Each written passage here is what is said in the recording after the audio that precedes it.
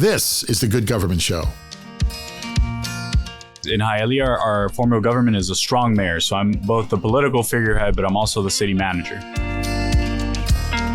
Listen, we were seeing it in our city. It's stuff that we're seeing nationwide. People are kind of ready for a generational shift in politics.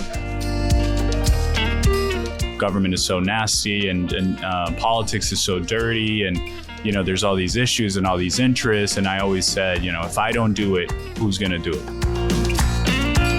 A lot of times when we talk about city government, even though it's a city, people want to feel like it's run in a neighborly way. They want to have access. They want to be able to, literally touch the mayor, right? And that's something you don't get from other levels of government. Not everybody's going to run for office, but anybody can be a part of the conversation. I always believe that government can really do wonderful things if it's run by the right people. When he was elected, Bryan Calvo was the youngest mayor ever elected in Hialeah, Florida. This is a city in Miami and has a long and not always scandal-free history. But the new mayor says he's going to change all that, and he wasted no time getting started. Welcome to the Good Government Show. I'm Dave Martin. First, help us share the message of good government by liking us and sharing us where we are on your favorite social media. Make sure to review us and share our show everywhere. We all need to talk about good government. Bryan Calvo is just 28 years old, and he's the mayor of Hialeah.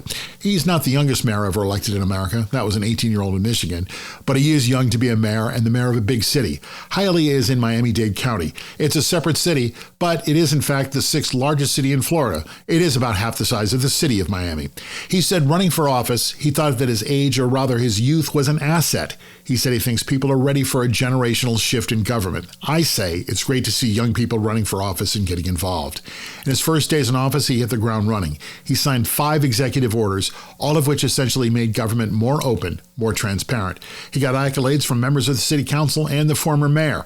The mayor recently created a program that offers free rent to startup businesses moving into city-owned spaces.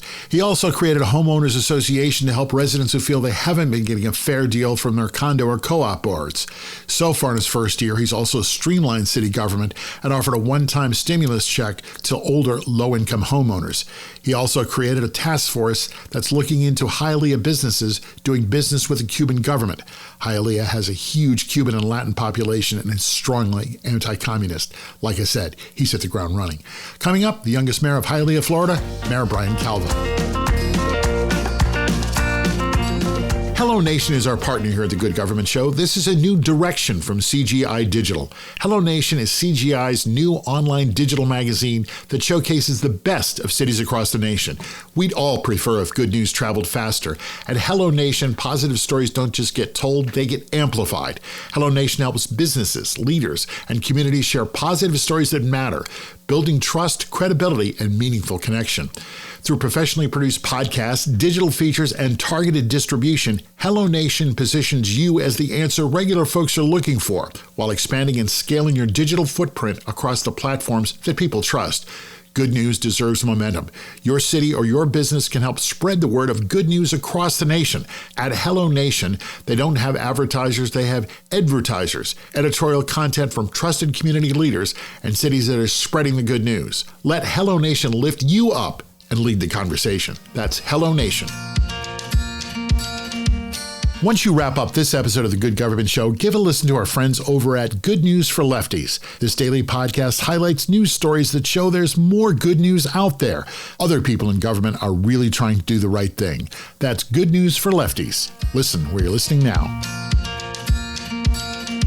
Welcome to the Good Government Show. I'm happy to have with me Bryan Calvo. He was the new mayor of Hialeah, Florida, back in my old hometown in Miami. Welcome to the Good Government Show. Thank you. Thank you for having me. And you are, as I understand it, you've been told, the youngest mayor in America. That's right. That's right. Especially when we talk about major cities. Hialeah is a city where we have over 300,000 residents. So, to be able, and it's my hometown, most importantly. So to be able to come back and serve, I think it's a beautiful thing. And I've never asked another mayor this question before. How old are you? I'm 28. I'm 28 years old. That's right. All right. 28 years old. And how long have you been mayor? So I've been mayor just about 2 weeks. 2 weeks. We're recording this in January, so you right. you just took office. Highlights of the first 2 weeks. It's been a lot because in Hialeah, our form of government is a strong mayor. So I'm both the political figurehead, but I'm also the city manager. Okay. And when we're talking about Hialeah, it's a $500 million budget. Like I said, 300,000 plus residents. We have 1,500 employees, and we're a completely self-functioning city, meaning we have our own police, our own fire, our own public works, et cetera, et cetera. So it's a lot. It's a lot to transition and to pick up. But it's been a lot of fun. It's been a lot of fun, and we've been able to get a lot of stuff done in a short amount of time, signing 5 executive orders and working through a host of difficult issues. What on earth made the people of Hialeah decide that you, at 28 years old, were going to be the man to lead their city? A lot of people would ask me that, and they would tell me, is your youth hurting you, right? Is it hurting your candidacy because people are saying, well, you're too young or too inexperienced? Actually, I'd like to think, and based on the conversations I had with residents, it was probably my biggest asset because, listen, we were seeing it in our city. It's stuff that we're seeing nationwide. People are kind of ready for a generational shift in politics. And it was very clear and very obvious to the voter without having to say anything that my candidacy was one of change, simply, if nothing else, because of my age. Now, even though I'm young, I'm also the first attorney in our city's history to hold the office of mayor. Really? I'm also the first person graduated from Harvard to hold that office. So I brought a lot to the table, and I think that's what cut through a lot of the noise. And what made you think at the ripe old age of 28 that you could lead a large city? I mean, Hialeah is a big part of Miami. So, I wasn't walking into it blind. I was a council member in the city for 4 years. So I understood how the government worked from the inside. I understood the city's finances before even considering running. And I understood exactly what needed to happen, what were the levers of government we needed to press. For example, one of the issues that we're running across is Hialeah is not a young city. We're over 100 years old. Right. So a lot of the processes are antiquated. We still use a lot of paper-based stuff. A lot of the frustrations you hear from the residents are that it's so difficult to open up a water account, so difficult to get a building permit and to open up a business. You could be waiting up to 2 years. So a lot of my messaging had to do with that. As a young candidate, how I can bring technology and some of these other things to the table to clean up those processes in an efficient way, so we're not costing more money to the taxpayer, but at the same time, make everything more efficient. Being from Miami, I know this to be true. Hialeah has a history of trouble in government. Mm-hmm. I won't use the word corruption, but they certainly have had, I think, previous mayors have been indicted. I think previous mayors have been arrested. There have been a lot of problems in the city of Hialeah, stretching back over years, we're talking about. Why were you willing to take all that on and that history on? Is that a fair representation? Look, I think Hialeah's had issues. Other cities have had issues. Miami has had a lot of issues. Certainly. The point is this. Look, it's not business as usual in our city, right? My candidacy shows that people want, an honest, transparent government. Those are such overused terms in politics. It gets to the point nobody even knows what that means. But for me, what it means is very simple. There's an issue that needs to be fixed. Being able to communicate what I'm going to do, how we made that decision, I think goes a very long way. And if nothing else, governing with integrity is so, so, so important. And that's where I showcase, I guess, that legal background and acumen that, when we designed even our city seal, just even in the small stuff, putting the scales of justice and saying this is going to be a government that is guided by that principle of integrity, of reform, and also moving forward and looking towards the progress that we can deliver. 24 years old, you decided to run for city council. What were you thinking? At 24, lots of people are playing football or softball league. Maybe I wasn't thinking. I didn't know what I was getting myself into. When I ran at 24, the conversation I had back then was a lot of people would ask me, why are you running? Are you crazy? Government is so nasty and politics is so dirty and, there's all these issues and all these interests. And I always said, if I don't do it, who's going to do it?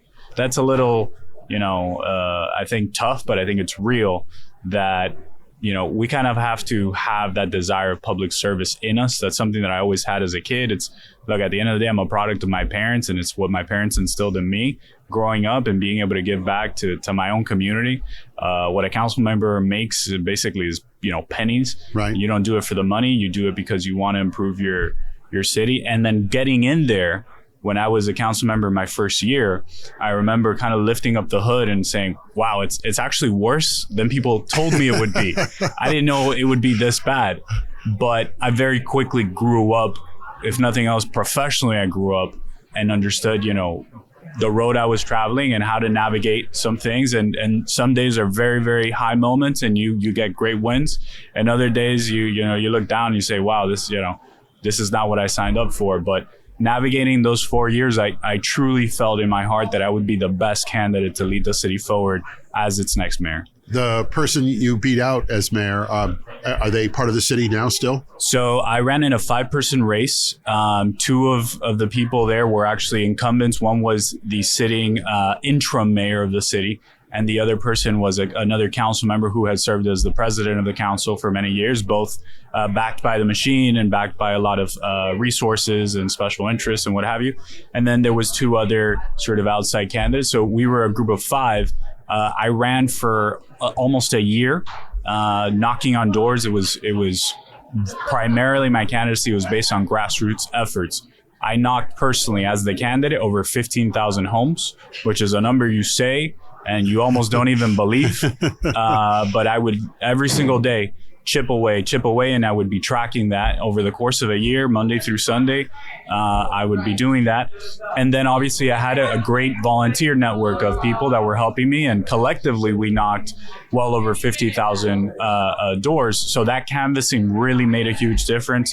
What was the reaction of people when they saw you and you said, hi, I'm running for mayor? They loved it because, a lot of times when we talk about city government, even though it's a city, people want to feel like it's run in a neighborly way. They want to have access. They want to be able to, literally touch the mayor, right? And that's something you don't get from other levels of government. So I really felt that was the game changer in my campaign. I don't think if I wouldn't have done that, even if I would have had the same message, even if I would have had everything the same, I don't think I would have had as much success as I did. I end up winning outright without the need to go to a general election because I won with 52% in a crowded five-way field. So I beat out second place by 32 points. There was a 32-point margin between first and second place. Is it difficult to manage people who are twice your age, who've been there 10 times as long? Well, you get obviously the condescending and the sarcastic and, I know better, but that's vulnerable to a very clear attack, which is, well, if you know better, why didn't you just do it? Why are we still facing these problems? You've been there X amount of years and you still haven't done it. And now you're promising you're going to do it. And so, again, my youth, I think, was a huge asset to making that distinction clear. You said you signed 5 executive orders. That's right. So in your first day. So beautifully, I think, done in the sense of the communications angle, which I literally swore in. I put my hand down from the Bible, and I immediately sat down with a pen and start signing away different things that we had. So what were the executive orders? What's your agenda? So the first one was the elimination of pensions for elected officials. It was a huge point in our campaign. Obviously, people wanted to, in our city, it was very clear that they wanted our elected officials not to have a lifelong pension after X number of years of service in government, that they should be compensated for their time they're in the office, but not lifetime. We have former mayors in our city that are making over $300,000 a year sitting at home because they were mayors 20 years ago. And so that was very important to eliminate. It's something I did immediately through executive order. So I, as mayor, will not collect a single dime after I leave office. The second one had to do with... Well, let's talk about that one. Sure. Yeah. Go ahead.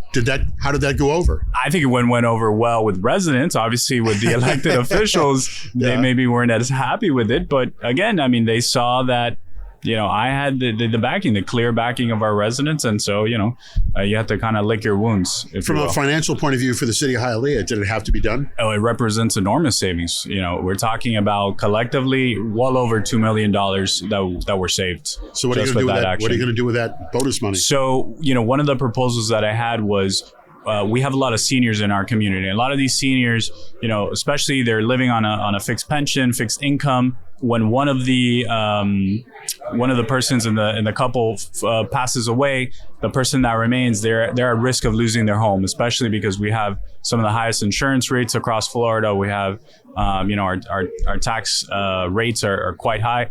So one of my proposals has been throughout the campaign that for people over 65, being able to give them a tax break, basically a full write-off on their tax bill for the city. And so basically we're using these funds to be able to fund basically that program. That's number one. What were the other four? So the second one had to do with contracts. So our city, $500 million budget. There's many contracts, over 160 contracts that for more than 10 years have never been put out to bid. And so basically it's been a complete internal audit of all of our contracting system, throw a bunch of these contracts back up for review and bidding, with the goal of, again, saving money for our residents, going back to that first goal, which is to be able to further fund this 65 and over tax write-off, essentially. That's the second one. The third one had to do with basically an audit of our city's public works department. It's a department that's facing enormous issues. We're getting sued as a city, $18 million by the county for, lack of payment on water bills. We own our own water municipality, but we do run our sewer through Miami-Dade County, who's the only one that's permitted to clean up sewer water. So that represents an enormous fiscal impact to our city. And in there, like most of the country, we have huge infrastructure challenges. We have an aging, crippling infrastructure that's over 60, 70 years old. And because the population of the city has expanded, in the last 10 years, we've grown more than 100,000 residents. There's a lot of strain, and that strains development and strains being able to bring businesses to the city. So I've asked immediately to get a list within 120 days, an audit of the department, where we're at, and number two, a list of solutions that I can take immediate action on to start remedying some of these issues. Obviously, we know it's not going to get fixed overnight, but we need to very aggressively move and chart a path forward. The next order has to do with our 911 communications department. While I was on the council, there was a lot of issues where residents were complaining that they were calling 911 and they weren't getting their phone call answered, if you can believe that. And when I was on the council, we pulled that data and we were seeing that it was upwards of 4,000 to 5,000 calls were being missed on a monthly basis in our 911 communications. So what I did is... That's a lot of calls to miss for 911. That's a lot of calls. And it has to do with staffing shortages, something that we're seeing across the country. There are staffing shortages. This is a very specific job. You need state certification. It takes 8 months of training in order to be able to sit in one of these positions. The pay is not always there. The burnout is very high, as you can imagine. So when I was on the council, I charted a path forward for us to start hiring and retaining more personnel. And basically what I've done is I've ordered a complete revision of where we're at today that I take over as mayor, so we can see, is there anything else that needs to be done and how we can implement that as quickly as possible to make sure, like I said, 100% of our calls need to be answered. It's that simple. Yeah, 100% literally. of all 911 calls should be answered. Crazy concept. So far, I'm hearing a lot of good government. So right, and so the last one. So we, as a city, we're actually one of the most Hispanic cities in the United States. 87% of our population is a Cuban origin, and so we were tracking obviously what was happening in Venezuela over the past month or so, and a lot of our residents have been complaining that in Cuba there's a lot of businesses here in our city from the Cuban government that are operating and they're money laundering. One of the statistics nationwide is that one of Hialeah's zip codes, which is 33012, it is according to the FBI, the location with the highest amount of money laundering in the nation. And so we've seen the stuff going on, obviously. Congratulations on being number one. Number one in something, right? Yeah. So I've said, look, I want to put together a task force, and that's what I signed into executive order. Put in a task force to revise money laundering for businesses that, maybe money laundering for the Cuban government, but just generally speaking, we need to crack down on this. We do have a good economic crimes department, but they need a lot more help. They need a lot more resources, and we need to be able to partner with state and federal to be able to push these cases along. So that's exactly what we're going to do. So 5 executive orders. Any other goals as mayor? So right now, over the next 6 months, it's being able to do a lot of the turnover. So a lot of the directors, I have 17 directors that report directly to me. And that basically, I'm doing a SWOT analysis of every single department, seeing where the strengths are, where the weaknesses are, where the opportunities lay, and then deciding personnel-wise which are the directors that I'm going to keep, which are the ones that I'm going to change. Because again, I am a city manager as well, being the strong mayor. Is there something in Hialeah that Hialeah really needs that you would like to see implemented in your term? We need to take the city to the next level. I think there's a stagnation economically. We were a manufacturing town for many, many years, especially in the 90s. We saw a lot of these businesses leave through NAFTA and for other reasons.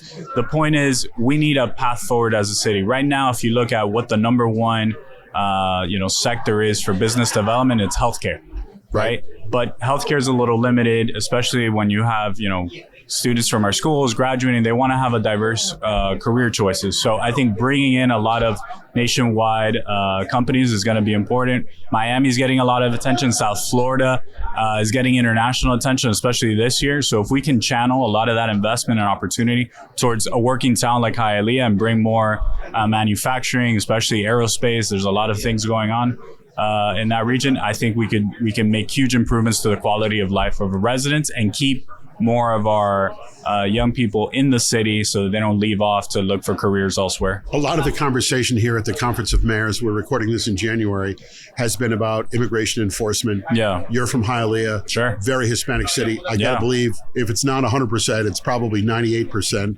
I think it's 92%. 92% Hispanic. 87 is Cuban, and then the remainder is others. Are you concerned? And are the people concerned? And what are you hearing? Although you hear a lot of concern, and I understand stuff that's going around nationwide, in our city specifically, we haven't had any raids by ICE. We haven't had, people are still living normally. And again, like you cited, most Hispanic city in the country. So listen, sometimes, everybody has a different experience through this. And if issues change over the course of the next few months, we'll look at it then. But right now, it's not a top priority. It just isn't based on what we're seeing. Have you been talking with mayors in anticipation of it becoming a problem? We have, certainly. And there's all these agreements and stuff that the state basically was asking all the cities to sign. So we do have those interlocal agreements. But again, one of the things that I've said from the beginning throughout my candidacy is, our local police officers, they have to be focused on one thing, is making sure the city is safe. And that means enforcing our own laws as a city, our ordinances, and obviously state laws. So, for the foreseeable future, I don't believe that they should be doing any immigration enforcement. And again, ICE, for whatever reason, has not, done anything in our city as of yet. Well, good luck. Thank you. That was the hard part. Now we're going to get to the easy part. Okay. The Good Government Show is sponsored by Our. That's OUR for Our Community. Get involved. We hear that all the time from government leaders. Our co-brands with your government's name and logo. Your staff and the people you serve are connected and part of your community. From any device, your members provide reliable data and meaningful feedback. Ask a question like, do we want more parkland or better homeless services? More engaged conversations come through the Our app. Visit Ourco, that's OURCO.com, and book a demonstration. After you get done with this episode, hear more good government stories with our friends at How to Really Run a City. Former mayors Kasim Reed of Atlanta and Michael Nutter of Philadelphia, and their co-host, journalist and author Larry Platt, talk with guests and other mayors about how to really get stuff done in cities around the nation. Check them out where you're listening now or through their nonprofit news site, thephiladelphiacitizen.org/podcasts.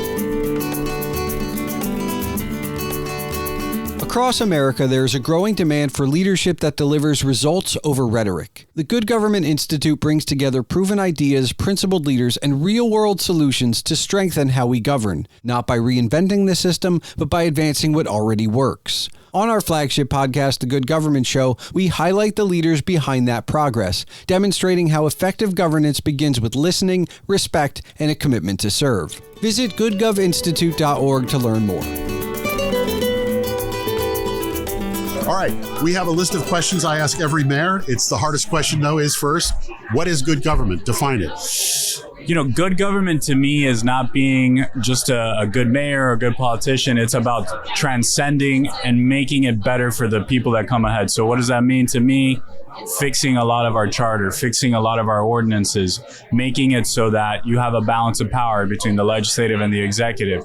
Good government brings also transparency. Again, overused term, but it allows people to have knowledge and access to information on a timely basis so they can understand what decisions are being made and why they're being made. If people are frustrated with government, like you were, what should they do? I mean, not everybody's going to run for office. Not everybody's going to run for office, but anybody can be a part of the conversation. And that means attending the council meetings. That means maybe something as simple as engaging with social media, writing a comment, giving us your opinion, calling City Hall, writing to our office. I think all those things let us, get everybody's point of view. Then when we're making that decision, it's going to be something more equitable to everybody.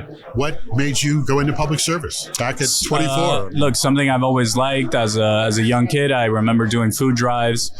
Literally in middle school, we were picking up food. We were doing a homeless outreach. We were engaging with youth offenders. So that's stuff that I always did as a kid, something I always enjoyed.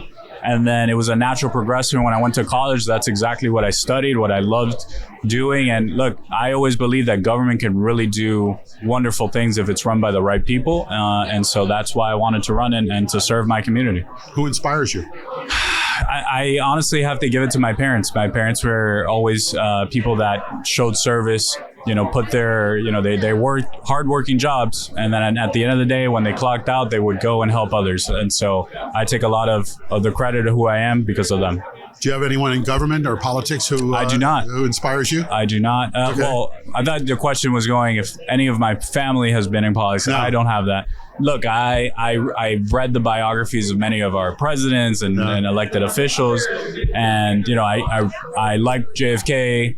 I like some of the stuff Lincoln did. I mean, at the end of the day, no one is perfect. No elected official is perfect. I think you could get good and bad from everybody and just learn and be yourself also, not to mimic others, but be yourself in an authentic way. So this goes way back. Were you president of your high school class or something like that? It's funny. I ran for class president. I lost that election, but it's the only election I've lost. Okay. The other ones I've won. All right. Very good. So 4 years in city council, 2 weeks here in January as mayor. What would you like people to know about government they don't know? What would I like people to know about government? Well, it's a blood sport. It's not for the weak. But no one said it's a blood sport. It's a blood sport. It's a blood sport. That's a first.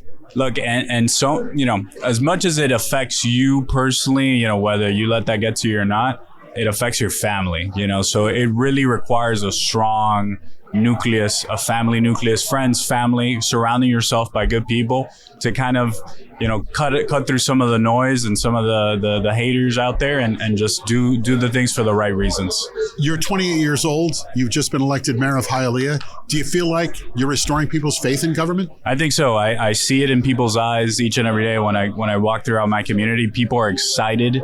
They're energized. They're mobilized in a way that I hadn't seen in a very long time, or if ever.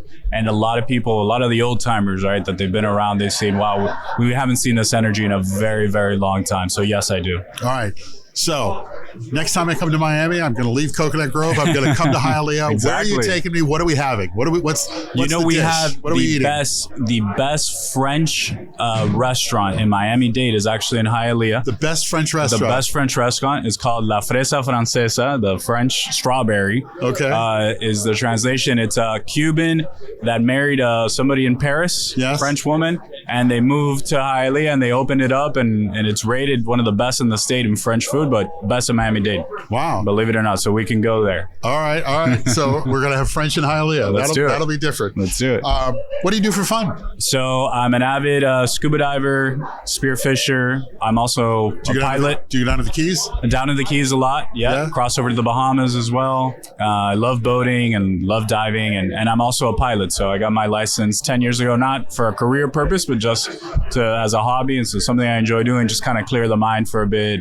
And just, Fly over to the Bahamas, get a fish sandwich, and come back. Exactly. All right. You got it right. This is the Good Government Show. We always like to bring it back to good government. Tell me about a good government project that you're really excited about getting off the ground. So I'm launching a complete review of our charter. And one of those things is, we have our elections on odd number years. The number of voters that actually participate in some of these municipal elections, it's only about 10% turnout is what we see.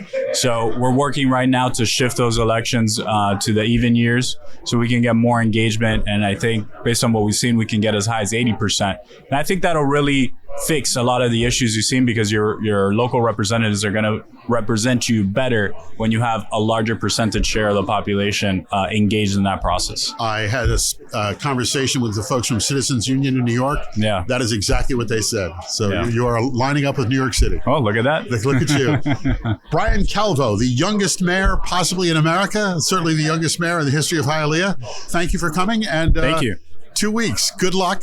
I will be back here next year. We will sit down next year, and I want to hear how your first. I want to hear how your first year went. We'll see you then. Thank you. Thank you so much.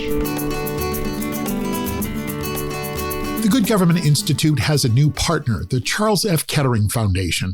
I really like their podcast, The Context, and I bet you will too. They have a new series called Democracy Under Construction. The show is hosted by historian Alex Lovett, and he looks back at the first 250 years of U.S. history. Alex digs into the moments that have pushed us towards an inclusive democracy. You can find it wherever you're listening right now, or visit kettering.org and give him a follow. Want to hear more about good government? Check out another show I host, Leading Iowa, Good Government in Iowa Cities. I host the show with Brad Kavanaugh, Mayor of Dubuque, Iowa, and the immediate past president of the Iowa League of Cities. Together, we talk to leaders in Iowa cities. We talk about what works and what good government looks like in Iowa. Join us right here where you're listening now. That's Leading Iowa, Good Government in Iowa Cities. What if Lincoln hadn't been shot? What if World War I hadn't happened? Jim Ludlow, Good Government Show executive producer, explores both those ideas in 2 books. In Lincoln, Beyond the Bullet, he imagines that Lincoln lives. In Royal Cousins, he imagines what would have happened if 3 kings, all cousins, hadn't blundered their way into war. What if? Think about it. Go to goodgovinstitute.org/books and order a copy. As we discussed, Hialeah hasn't always had a track record for good government, but Mayor Bryan Calvo says he's putting the city government back on the right track. He says, quote, and if nothing else, governing with integrity is so important. It is. And when it's done right, it's good government. It's nice to see persistence. I mean, hey, he lost his high school class election, but he says he's won every race since then. Now he's mayor of Hialeah, Florida. A good bounce back. And I got to check out a French restaurant in Hialeah. I mean, I love arroz con pollo, but I also love a good French restaurant in the heart of Miami's Cuban community. Well, that's our show. Thanks for listening. Please like us and share us with your friends and review us right here where you're listening. And check out our website, goodgovernmentshow.com, for extras. Help us keep telling stories of good government in action everywhere. Join us again for another episode right here. I'm Dave Martin, and this is The Good Government Show. The Good Government Show is produced by the Good Government Institute, a nonprofit organization promoting civic engagement and civic education. All donations to the show help promote trust in government. You can donate at goodgovinstitute.org. That's goodgovinstitute.org. Executive producers are Jim Ludlow, Dave Martin, that's me, and David Snyder. Jason Stershik is our editor and producer. Join us again to hear good stories about our government right here on The Good Government Show.